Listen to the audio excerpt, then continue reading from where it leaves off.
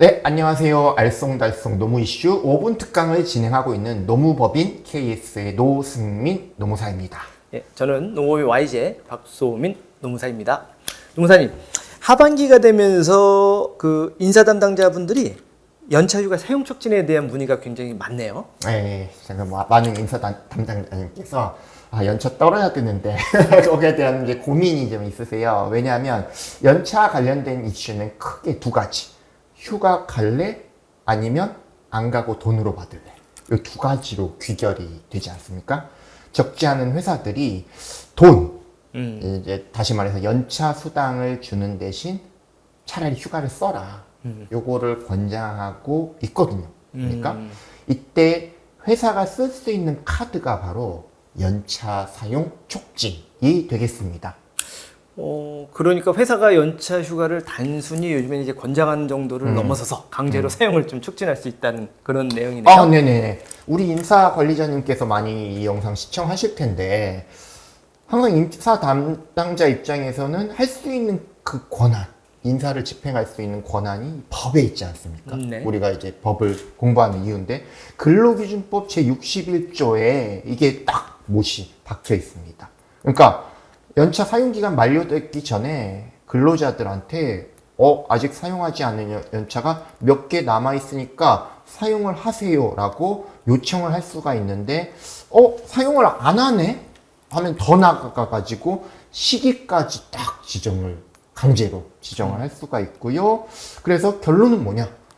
법에 따라 강제로 연차를 사용하도록 촉진할 수 있는 제도. 이렇게 좀 정리를 해볼 수가 있을 것 같아요. 예, 강제로 했다고 말씀하셨는데 그렇다면 모든 회사가 사용하는 이 연차 사용 촉진을 뭐 필수적으로 해야 된다는 말씀이신가요? 그렇진 않습니다. 이게 옵션입니다. 이제 촉진 의무는 없고, 요거는 온전히 사용자의 선택사항이 되겠습니다. 그렇다면은 이제 사용 촉진은 회사의 의무가 아니라 선택사항이라는 선택사항. 것이고, 예. 그죠? 그렇다면 회사가 연차 사용 촉진을 하면 연차 수당을 지급하지 않아도 되는 것이죠? 이게 되게 제일 궁금하십니다. 그 네네. 흉내가, 요거 물어보시는 대표님들, 인사관리자 이제 흉내는 요거, 요거예요. 가장 중요한 이유인데요. 물론 이제 사용 촉진한 결과 남은 연차가 없다면 수당을 지급하지 않아도 돼요. 그게 첫 번째 결론인데, 다만 사용 촉진을 이제 안 했거나 사용 촉진을 했어도 이제 부분적으로 하는 회사도 있거든요. 하이브리드. 그래서 이제 연차가 남아있다. 남아있는 연차는 당연히 돈으로 지급해야 되지 않겠습니까? 그렇겠죠. 예. 그럼 많은 회사에서는 사용 촉진만 하면 직원이 휴가를 가든 말든 간에 연차 수당을 안 줘도 된다고 알고 있는데 이게 맞는 걸까요? 요 대목에서 눈이 좀 커지시는 분들이 분명히 계실 거예요. 왜냐면 그렇죠. 계속 이 질문 받거든요. 나 사용 촉진 했어. 그러니까 돈 안 줘. 안 줘. 세상 이게 세상 사는 게 얼마나 쉽겠습니까? 이렇게 된다면. 네. 법적인 결론은 사용 촉진만으로는 이제 충분하지 않다. 이게 결론입니다. 그럼 뭐냐? 사용 촉진해서 휴가를 갔다. 휴가를 썼다. 요게 중요한 결론이 되겠습니다.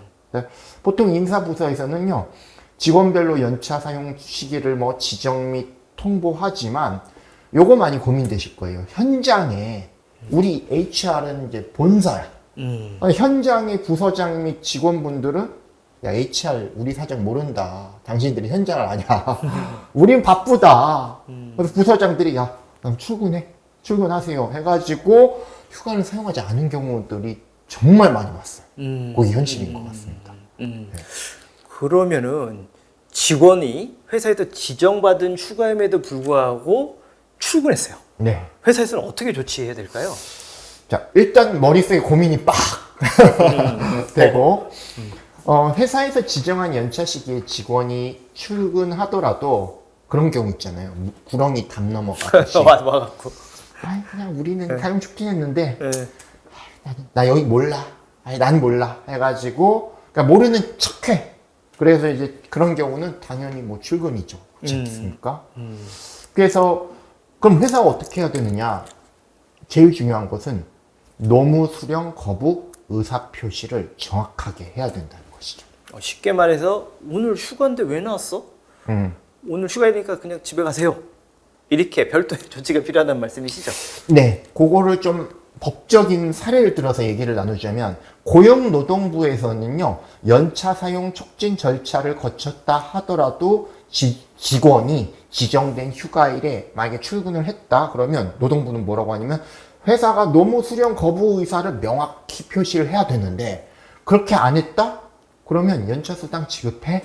라고 판단을 하고 있습니다. 예를 들어서 그럼 어떻게 해야 되느냐? 노동부가 얘기하는 겁니다. 약간 그 쌍팔년도 느낌 나는데 노무 수령 거부 의사 통지서를 책상에 올려놔. 약간 요런 것도 하나 예시라고 하고요. 네. 약간 현대 모드로 현대적인 느낌으로 가자면 PC 그 컴퓨터 틀면은 왜 나왔어? 노무 수령 거부 의사를 화면에 확실하게 띄우는 거 요것도 하나 예시를 들고 있습니다. 예, 네. 약간 고전적인 스타일 같긴 합니다. 네. 어쨌든 뭔가 휴가일에 근로제공을 거부했다라는 것을 입증할 수 있던 조치가 필요하다는 내용이네요. 네, 맞습니다. 이제 실무적으로 이제 대기업 같은 경우는 시스템이 예를 들어서 우리 그 관리자님들 많이 아시죠? PC 오프, PC 오프 이런 제도를 시행하는 경우도 있고 중소기업 같은 경우는 야, 우린 그런 시스템이 좀 안 돼 있어. 그러면 아까 말씀하신 대로 쌍팔년도 느낌 나는 노무 수령 거부 통지서를 책상 위에 놓거나 아니면 요 정도는 가능하실 것 같아요. 문자. 문자. 요즘 내일은 그렇죠. 연차 휴가 사용 촉진. 그렇죠. 당신이 원한 게 아니라 우리 회사가 지정한 날이야. 그렇죠. 라고 하는 것도 하나의 노무 수령 그 증거가 될 것 같고요. 그래서 이제 정리를 하자면 연차 사용 촉진했다고 끝난 게 아니라 직원이 휴가를 쓰게 만들어야 되고 만약에 출근을 해가지고 회사의 말을 좀 안 듣는 상황이라면 노무 수령 거부라는 그런 별도의 장치, 조치가 좀 있어야 된다. 이렇게 정리할 수 있겠습니다. 일단은 연차 사용 촉진에 대한 조치를 뭐 던져놓은 곳에 끝나는 게 아니라 그게 끝까지 뭐 핵심이죠. 챙겨라. 이게 그게 이제 오늘의 결론이 될 것 같은데요. 네. 예. 오늘은 연차 사용 촉진 제도와 촉진일에 직원이 출근한 경우 회사의 대응에 대해서 이야기를 나눠봤습니다. 업무에 도움이 되셨기를 바라면서 이상의 설명 마치도록 하겠습니다. 자, 노무사님 오늘 감사합니다. 감사합니다.